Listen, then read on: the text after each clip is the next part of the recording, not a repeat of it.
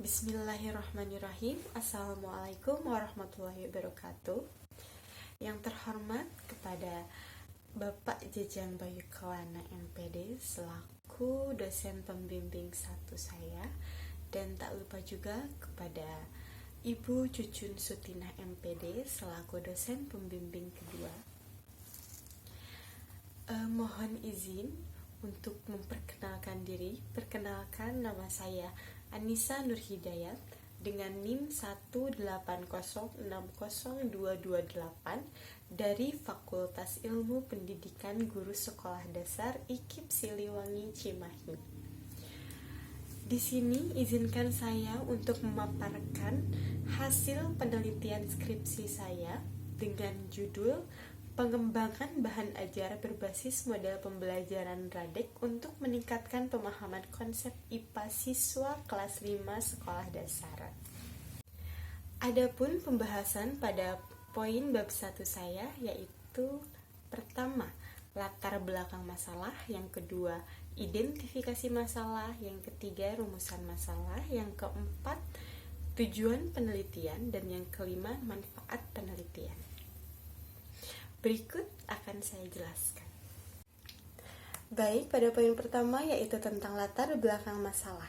Dalam dunia pendidikan, proses belajar merupakan salah satu hal yang sangat penting karena tercapai atau tidak tujuan pendidikan akan bergantung pada bagaimana proses belajar yang dilakukan. Menurut Suryo Subroto, mengatakan bahwa proses belajar adalah kegiatan yang dilakukan pendidik sesuai dengan tahapan-tahapannya, yaitu meliputi perencanaan, pelaksanaan kegiatan sampai evaluasi, dan program tindak lanjut yang berlangsung dalam situasi edukatif untuk mencapai tujuan pengajaran. Dengan adanya rencana pelaksana pembelajaran, materi dibuat agar bisa sesuai dengan kondisi lapangan, yang tentunya akan sangat berpengaruh terhadap proses pembelajaran. Adapun latar belakang di sini yaitu mencakup tentang pengembangan research and development yang tercantum yang akan saya gunakan dalam penelitian, kemudian bahan ajar, model Radek atau Read, Answer, Discuss, Expand, dan Create, dan kemudian pembahasan tentang pemahaman konsep. Kemudian poin yang kedua yaitu identifikasi masalah. Yang pertama, ada rendahnya proses pembelajaran IPA dalam pemahaman konsep. Dan yang kedua yaitu penggunaan bahan ajar yang tidak bervariatif. Kemudian yang terakhir, pemilihan model pembelajaran yang masih monoton. Poin yang ketiga yaitu rumusan masalah. Adapun rumusan masalah dalam penelitian saya yaitu yang pertama, bagaimana proses, bagaimana kelayakan, bagaimana respon siswa, dan bagaimana peningkatan hasil dari pengembangan bahan ajar berbasis model pembelajaran Radek untuk meningkatkan pemahaman konsep IPA pada siswa kelas 5 sekolah dasar. Kemudian poin yang keempat yaitu tujuan masalah dalam penelitian ini adalah satu, untuk mengetahui proses pengembangan yang kita lakukan. Yang kedua, bagaimana kelayakan hasil dari pengembangan yang telah diteliti. Yang ketiga yaitu bagaimana respon siswa setelah menggunakan bahan ajar berbasis model Radek ini. Dan yang keempat yaitu untuk mengetahui apakah meningkat atau tidaknya kepada siswa saat penggunaan bahan ajar berbasis model Radek ini telah digunakan. Adapun poin yang kelima yaitu manfaat dari masalah atau manfaat penelitian ini yaitu untuk bagi guru dapat menambah wawasan tentang pengembangan bahan ajar menggunakan model pembelajaran Radek untuk guna meningkatkan pemahaman konsep IPA siswa kelas 5 sekolah dasar. Kemudian bagi siswa yaitu dapat meningkatkan kemampuan pemahaman konsep karena telah menggunakan bahan ajar yang berbasis model Radek ini.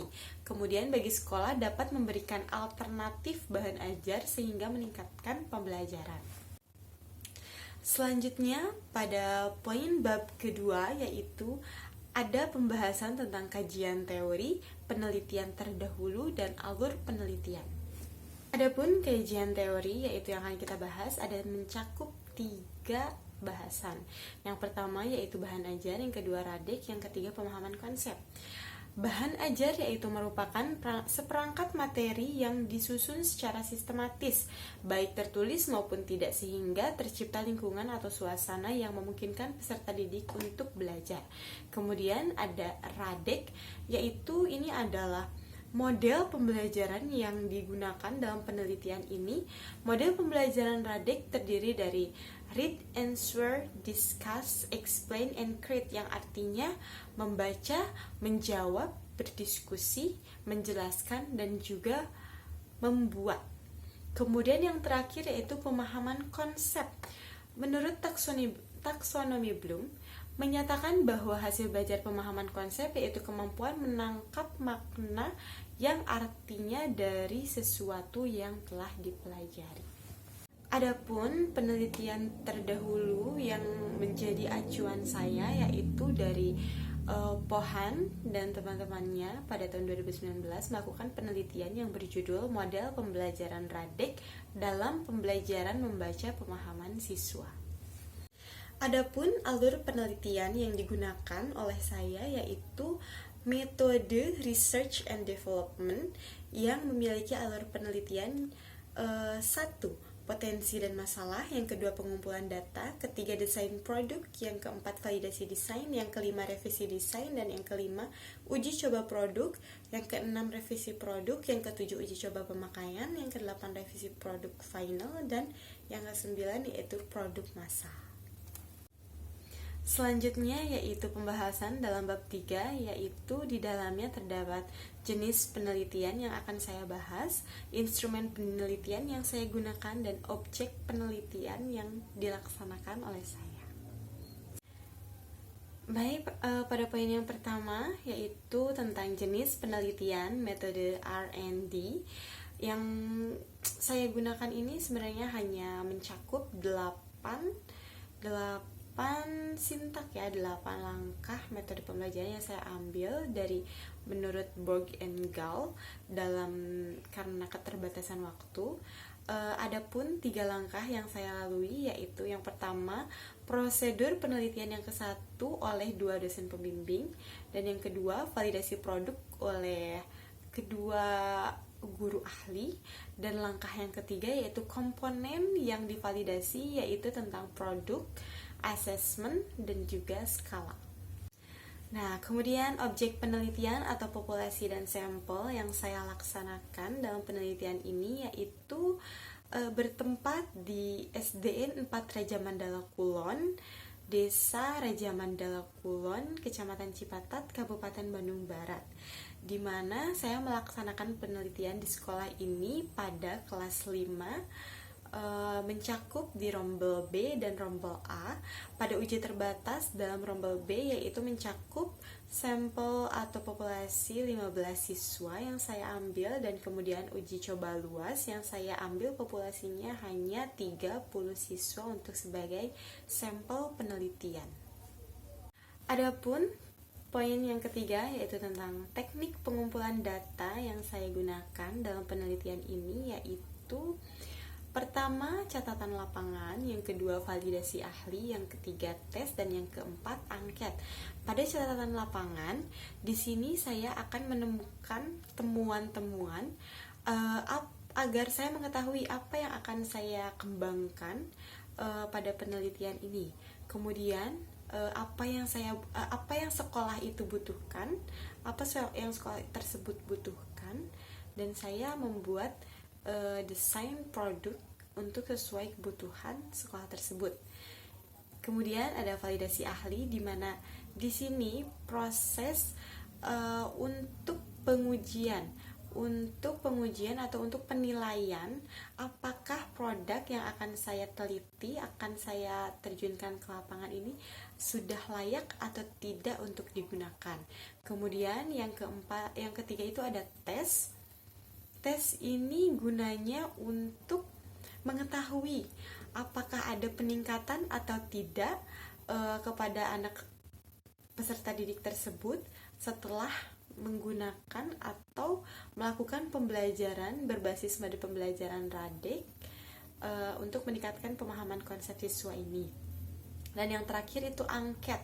di mana kita akan mengetahui respon peserta didik, apakah mereka senang atas pembelajaran yang telah berlangsung atau ternyata mereka tidak antusias atas pembelajaran yang telah dilaksanakan menggunakan model pembelajaran Radek.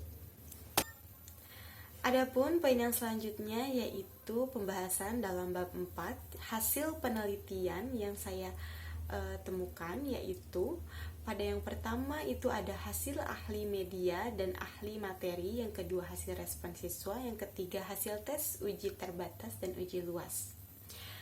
Oke, yang pertama yaitu hasil dari penilaian ahli media dan ahli materi dapat kita lihat dalam tabel di atas, yaitu yang pertama aspek penilaian dalam media yaitu kelayakan kegrafikan ternyata mencapai persentasi 87% dan mencakup kriteria sangat layak.